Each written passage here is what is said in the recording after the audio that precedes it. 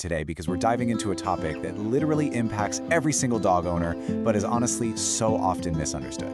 Look, if you think dog grooming is just some sort of doggy beauty pageant or something that's only reserved for the show ring, you might want to think again. Today, we're framing dog grooming not as a superficial aesthetic choice, but as a vital, absolutely non-negotiable health routine.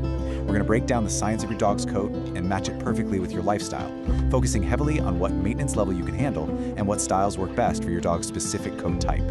So here's our quick roadmap for today's explainer. First, health beyond the haircut. Second, the maintenance level matrix. Third, decoding your dog's coat. Fourth, the perfect grooming match. And finally, grooming rules and schedules. Okay, let's dive right into this with section 1, health beyond the haircut. It really is about more than just looks. Before we even talk about scissors and clippers, we have to talk about health, because understanding these grooming styles is what actually prevents severe medical issues down the line. We need to clearly distinguish between two different types of grooming here. First up is functional grooming. This focuses entirely on health and comfort. We're talking regular brushing to prevent painful matting, nail trimming, ear cleaning, and trimming away fur that blocks their vision. Regular grooming keeps parasites like fleas and ticks in check, and it distributes natural oils across their skin. Every single dog needs this, regardless of their breed. Then, on the other side, we have styling grooming. Now this goes a step further by actually shaping the coat into a specific look, whether that's a trendy teddy bear cut or a super elaborate Asian fusion design. And this is exactly where your personal preference, and critically, your willingness to do the upkeep, really comes into play. Which brings us perfectly to section 2, the maintenance level matrix. Basically, upkeep versus your weekend schedule. Right, we're going to introduce the first major variable in finding the perfect cut for your dog, and that variable is you. We can categorize these styling choices strictly by how much work you, the human, actually have to put in. Let's start with low upkeep styles. If you've got a super active dog, if you live in brutal summer heat, or you just want easy at-home maintenance between salon visits, these are your absolute go-to options. The puppy cut is a total timeless classic, keeping a uniform half to 1 inch length across the whole body. And hey, it works for any age, not just puppies. The kennel cut is an even shorter, highly practical version of this. We've also got the lion cut, which creates this really dramatic silhouette with a short body and a fluffy mane, super popular for Pomeranians. For specific breeds, the Schnauzer cut leaves that iconic long beard with a shaved body. And the field cut keeps working breeds like Border Collies completely practical with a close body but natural legs. Ultimately, these styles just let your dog be a dog with very minimal fuss.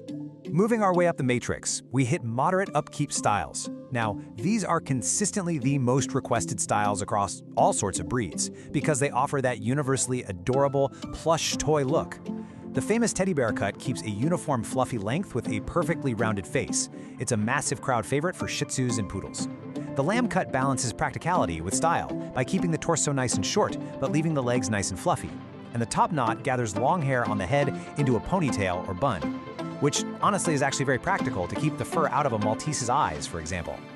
But remember, stepping up to this moderate upkeep level means you are officially committing to more regular brushing at home to maintain all that fluff. Okay, now for the high upkeep styles. The sheer level of dedication required for these is just incredible. These are those breathtaking, heavily Instagram-worthy looks. The classic poodle cut gives you those iconic, perfectly sculpted pom-poms.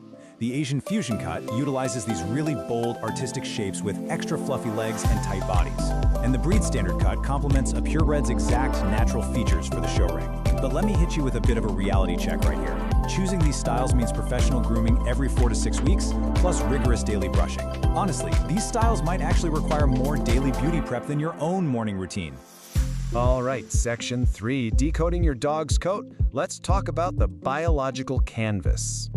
So, we've established your maintenance limits. But now, we absolutely must look at the completely unchangeable variable of our matrix, and that is your dog's biological genetics. Your dog's coat type is the single biggest factor in choosing a grooming style. And to really explain this properly, we need to bust a massive, potentially dangerous grooming myth. You've probably wondered this yourself. Is it okay to shave my dog in the summer?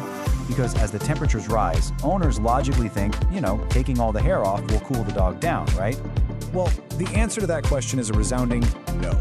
You should never, ever fully shave a double-coated dog. Look, for single-coated breeds, yes, for sure, a shorter trim can absolutely help. But for double-coated breeds, we're talking Huskies, Golden Retrievers, Border Collies, shaving is heavily, heavily advised against. See, their undercoat actually acts as a natural insulation system in both hot and cold weather. It's like a thermos. If you shave a double coat, you can permanently damage the coat's texture and basically destroy its ability to regulate temperature. And furthermore, without that protective top coat, you are drastically increasing the risk of exposing their skin to severe sunburn. So, what on earth do you do when your husky is panting in the middle of July? You ask your groomer for a death shed treatment. This is a specific process that uses specialized brushing and bathing to safely pull out the dead, trapped undercoat. It essentially thins out the bulk and allows air to actually reach the skin, keeping them nice and cool while leaving that absolutely crucial sun-protecting, insulating top coat completely intact. It is the safe, healthy alternative to just reaching for the clippers. Section 4. The perfect grooming match. It is time to smash these variables together. Okay, so this is where the magic happens. We're going to take your dog's completely unchangeable coat genetics and combine them with your personal maintenance levels to find the absolute perfect style. Let's look at this. If your dog has a curly or wavy coat, like a poodle or a doodle, they're non-shedding, sure, but they are highly prone to matting. Their best styles are the teddy bear or the puppy cut, but the maintenance is high. It demands daily brushing. Got it? Now, long and silky coats, like Yorkies or Shih Tzus, they shine in a top knot or a line cut. That sits at moderate to high maintenance because those elegant ears and legs mat super easily. Double coats get a safe light trim or de-shedding, landing comfortably in moderate upkeep. Wire and rough coats, like your terriers, they rock the schnauzer cut or hand stripping. And while the daily upkeep is low, you absolutely need a pro to maintain that specific texture. And finally, short and smooth coats, like beagles and boxers, require very low maintenance. Literally, just a basic bath and a brush. By identifying your dog's category here, you know exactly what styles work for them and exactly what effort you are signing up for. Finally, Section 5, Grooming Rules and Schedules.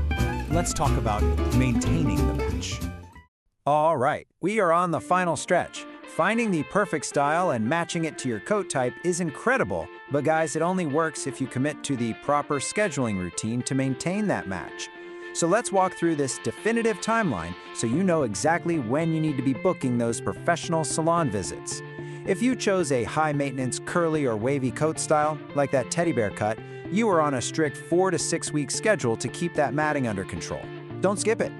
Most long-haired breeds in practical kennel or lamb cuts, they usually fall into the 6 to 8 week window, provided you're brushing them 2 to 3 times a week at home. Short-coated or double-coated dogs getting a light trim, they can stretch nicely to about 8 to 12 weeks. And thick-coated breeds might just need that vital seasonal de-shed treatment once or twice a year as the weather changes. To wrap things up, I really want to leave you with this pretty stark warning taken directly from our source material. It says, mats are more than a cosmetic issue. They can cause skin irritation, discomfort, infections, and restricted movement. This right here is exactly why we started today by calling grooming a non-negotiable health requirement. If left unaddressed, severely matted fur can literally cut off circulation to your dog's skin. It's a big deal. So I have one final question for you to consider today. Does your current grooming schedule match your dog's biological reality, or is it time for a style change? Think about it. Check your dog's coat and make absolutely sure their style is working for their health. Thanks for joining me on this explainer, and I'll catch you next time.